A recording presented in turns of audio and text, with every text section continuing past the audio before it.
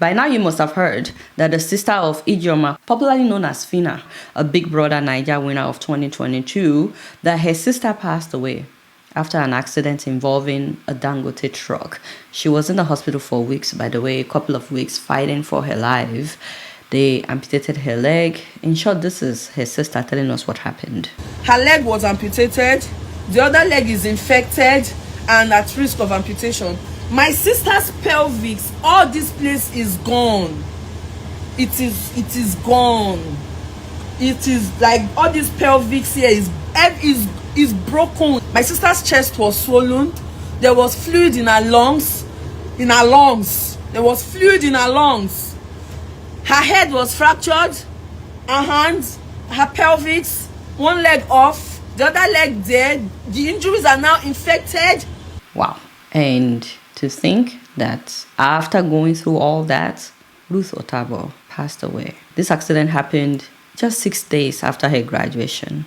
Our deepest condolences to her family. We can't even begin to imagine the kind of pain that you guys are going through at the moment. And by the way, shortly after that, 3 people also died in another Dangote truck-related accident. Now, before I say anything about Dangote, let me just say upfront that this is not just about Dangote. The problem is there's no accountability in Nigeria. In 2008, when Julius Berger's truck carrying 40 Nigerian workers, hit a bus carrying 18 passengers, killing 11 people, Nigerians protested. What happened after that? That was the end of it. You don't even have to be a billionaire. People just get away with stuff. An Okada man can drive anyhow, kill somebody, and nothing happens. Passengers have died due to doubtful driver speeding. A drunk driver can hit somebody on the road and drive off. Do you know how many trucks have fallen over people in Lagos? Have you ever followed up to know what happened to the driver or the company of the truck? If someone reports injustice to the police, a lot of times the police ask you to pay them before they will do an investigation. So that is the genesis of all this problem. People get away with stuff. If we are not holding regular people accountable, how can we start with Dangote? In fact, social media is now holding people accountable more than the police. This thing has been happening for way too long. I mean, it's hard to find the exact number of Dangote truck-related accidents. Some are reporting 377 accidents just between 2019 and now. Others say that it's been about 2,500 in the last 10 years. And by the way, it's not just road accidents that we're talking about.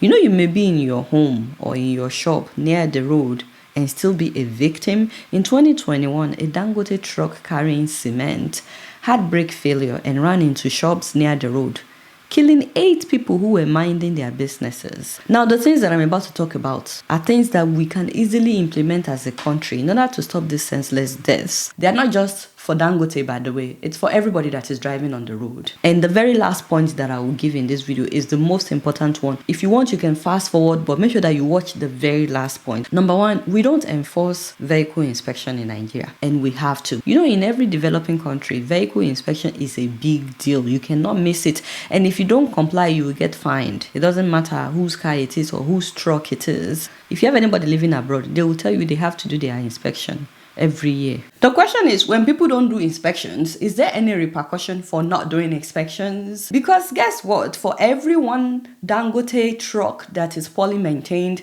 there are thousands more owned by faceless individuals. So while we're pointing one finger at Dangote, we need to look at the entire system. And that is the first thing that we have to do. Number 2, in countries where things are working, they will always weigh trucks before allowing them to get on the roads or get on bridges. If what your truck is carrying is too heavy, you cannot get on the highway, so that you don't damage roads, so that you don't damage bridges. If you are moving really heavy stuff, they make sure that you use cargo trains, which is why before you get on a bridge, you will see signs like weight limit. But in Nigeria, I don't think that we have one weighing station for trucks. I know individual companies may have it, but I have not seen any operated by the government to prevent heavy trucks from damaging our roads. Now, I know that so many of us don't know what heavy truck damaged roads look like. But if you grew up in Nigeria, if you've ever driven on Mokwa-Jeba Road, especially in the early 2000s, you will see tarred roads looking like waves. You can tell exactly where the trucks pass by, because the places where the tires pass by will usually sink a bit lower than the rest of the road. So it will look like waves. Only God knows how many Nigerians lost their lives just on that Monkwa-Jeba road. It is not normal for us to have that many trucks on the road. It's actually not normal. It's only done in Nigeria. We have trains. Dangote can invest in cargo train boxcars to carry his cement, his sugar, his fertilizers, and so on. Instead, the man just ordered 4,000 trucks from China, Nobi. So, in fact, the first batch has arrived. From the videos that we are seeing, the new trucks are for petrol transportation by road. Again, that should not be happening. We shouldn't be adding thousands of oil tankers to what we already have on our roads right now. Apart from the tanker explosion deaths, they can also damage the roads. In countries where things are working, they transport oil by pipeline across the country, unless it's a short distance. And people don't vandalize pipelines.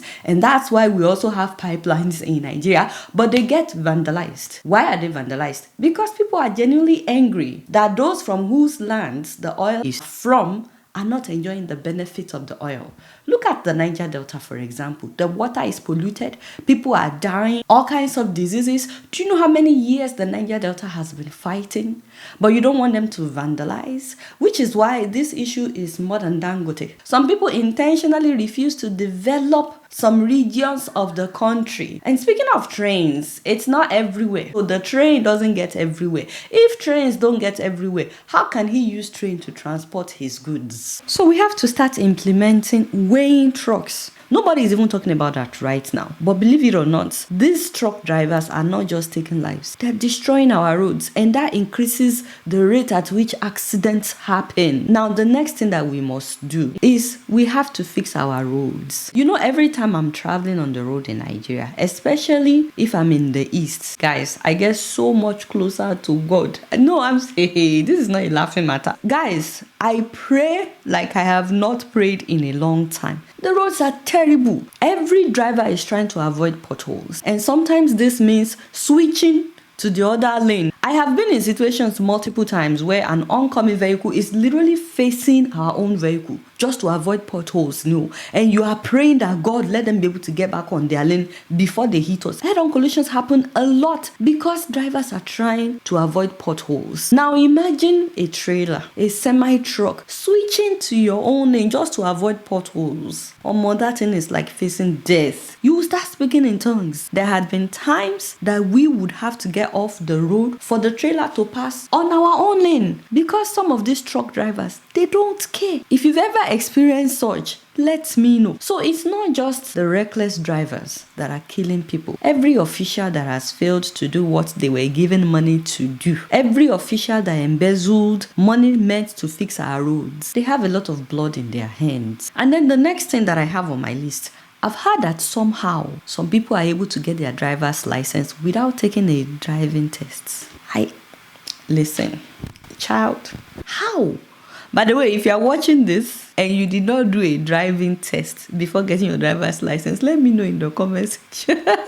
Because maybe it's just a lie. But I've heard that this thing happens. So either way, the federal road safety in Nigeria needs to tighten up, because it looks like the moment some people know somebody working there, they're able to process their license without even taking a driving test. But when it comes to truck drivers, it's not enough for them to know how to drive regular cars. Beyond that, they are supposed to go to truck driving schools. I mean, we have truck driving schools in Nigeria. We have in Lagos, Ibadan, Abuja, Uyo, and so on. Yet, when you see how some of these truck drivers are driving, no offense, they should not even be driving a regular vehicle. Not to talk about driving a 12-wheeler truck with tons of weight. That is no longer a truck. That is a killing machine. And it shouldn't take the loss of a life, not to talk about so many lives, before Dangote would ensure that his drivers are well trained.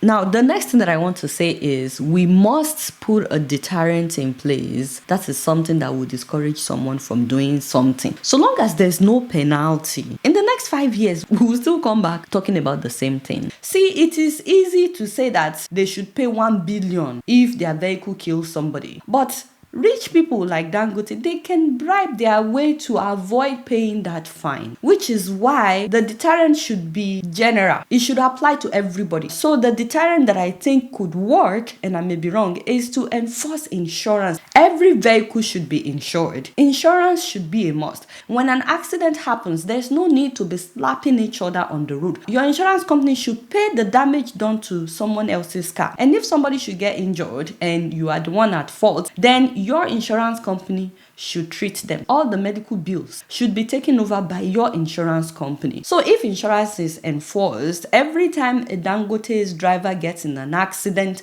his company will be forced to pay higher premium to the insurance company. If that happens a number of times and the insurance company is not corrupt, they are forcing them to pay this higher premium. At some point, they will sit down and say, we cannot continue like this. We cannot continue to pay higher insurance fee. The drivers must be well trained because they are becoming a liability to us. So if we can do that, it will bring some orderliness, not just to the Dangote's drivers, but to regular people that get in accident on the road, people that will intentionally drive recklessly. If they know they will have to pay more money to the insurance company, they will pedal down. Which brings me to the very last point, which I believe is the most important thing as far as I'm concerned. And that is the fact that the Nigerian government has allowed Alhaji Dangote to become too powerful. See, there's something called monopoly capitalism, which is the dominance of giant corporations or individuals that control large segments of the economy. And that is what we are experiencing in Nigeria. So now we have one man who is now the biggest producer, supplier of cement, sugar, fertilizer, petrol, diesel, and other refined petroleum products. He's also into salt, flour, seasoning, pasta. He's also into real estate, packaging materials, and truck assembly through his various subsidiaries. In fact, he's not just the biggest in Nigeria.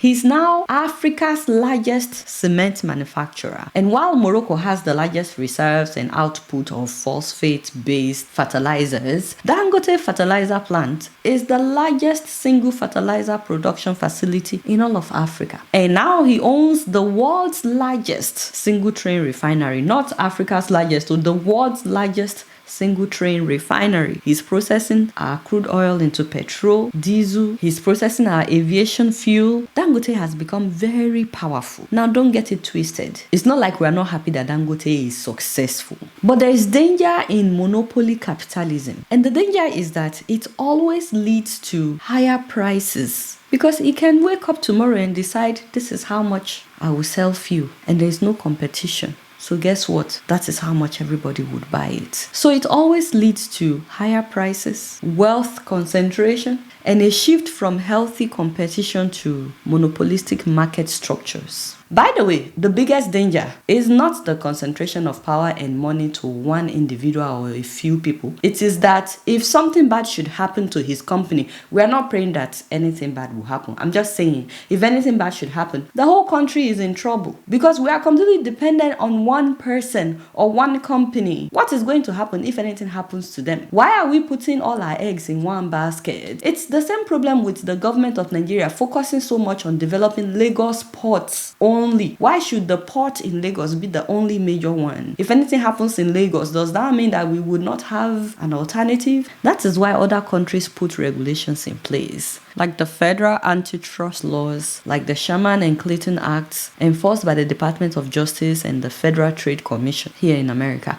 These laws prohibit anti-competitive practices such as price fixing and unlawful mergers. If you don't cooperate, you get fined big time, and they can break up monopolies. There was a time, by the way, that Rockefeller here in America, I'm sure that most people have heard of John Rockefeller. There was a time that the man got too powerful. That was by the late 1880s. His oil company, Standard Oil Company, controlled about 90% of the US refineries. And he was able to do this through aggressive acquisitions and the elimination of competitors, which is what is happening right now with Dangote. Elimination of competitors. This dominance allowed Rockefeller to exert huge influence over the oil industry. And that was what ultimately led to the US antitrust lawsuits that eventually resulted in the breakup of the Standard Oil Trust in 1911. So it's not too late for us to do this as well in Nigeria. This is not trying to bring down Alhaji Dangote. No. This is trying to make sure that he's not the only one up there, that other people can also go higher. This is to make sure that there is competition, that the price of everything that we are buying is not being determined by one man or one company or one corporation. This is to allow healthy competition, and this is also to allow that people have options. You know, if you have cement, good cement being made by multiple companies, then you don't have to always buy just from one company. You can have competition. The same thing for everything else that he's selling. And the Nigerian government knows this, but they probably won't do what we are suggesting, because the government will also be forced to get its own acts together. For example, and this is an example, I'm not accusing Alhaji of anything. If Alhaji had been systematically eliminating possible competitors and the government had been looking away, remember how the government supported Dangote's monopoly that killed Ibeto Cement. They will have to stop looking away. If the government is really serious about stopping this monopoly, one of the things that the Nigerian government will need to do is to fix our refineries, so that the government is also producing oil, so that there could be competition. But obviously, the Nigerian government is not ready to fix our refinery. They would rather take the billions of dollars that they are allocating every year in the name of fixing the refinery. They would rather embezzle the money. And so if they don't fix the refinery, how can they stop Dangote from monopolizing oil production? And that is why at the beginning I said it's not enough to point fingers at Dangote. We have to point fingers at the government officials as well. Once again, guys, our deepest sympathy to the family members of those who have died, those who have been victims. Please accept our sincere condolences. Please let me know if any of these things that I listed could work. Of course, we cannot finish talking about Dangote, so please help me celebrate one of the viewers of this show, Mommy Oluwafumilayo Arabi, all the way in New York City. Mommy, all your children want us to wish you a wonderful 60th birthday. Ayomide in the UK, his wife Temi, and your grandchildren, the twins, Ethan and Nathan. Also your son Toby and his wife in Jordan, and Dami in Turkey, and of course the baby of the family, Oluwaseun. You already know who is behind this shout out, Ayoni. Ayoni. Together, all your children are celebrating not just your age, but your strength, especially since daddy died in 1997. You've carried the weight of raising 4 children, and now all of them are on their own doing well, and they all just want to appreciate you. They said that you never gave up on them, even when things were tough, and that somehow you gave them everything, even when you had nothing. And so they built on your strength as their own foundation. They built on your prayers. Your sacrifices became their stepping stones. And they said that you've been their mom, their father, their friend, their hero, all wrapped into one. So they want you to know that they love you deeply. And they ended it with happy birthday, Queen. Yes! Yes, mommy. You are a queen indeed. Happy birthday, my mother. Wishing you many more with all that your heart desires. Guys, our Labor Day sales at Adeola is happening all week. So you have till Friday to place an order. Of course, we ship to Canada, we ship to Europe, we ship to the UK. If you have natural hair, you're trying to manage your hair, Adeola will make your life a lot easier. Or if you're trying to grow your hair, you're trying to grow your edges, try Adeola. Let me know what you think about it. Alright, y'all, it's Miri and I'm keeping it up in here. Don't forget to follow me on Facebook, Twitter, Instagram, and TikTok. Until next time, I'm gonna see you later. Peace out.